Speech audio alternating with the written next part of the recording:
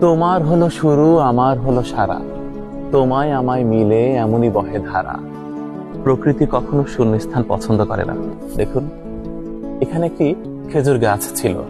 খেজুর গাছ আজ শুধু অতীত, কিন্তু তার গায়ে আশ্রয় দিয়ে গেছে একটি বন পাকুড় গাছ। এই গাছটিও বেশ বড় হয়ে গেছে।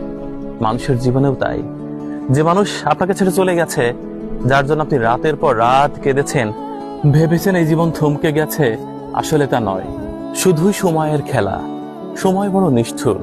সময় হচ্ছে সবচেয়ে উৎকৃষ্ট মলম, যা শোকের নদীতে চর জাগায়, ক্ষত স্থান সারিয়ে তোলে।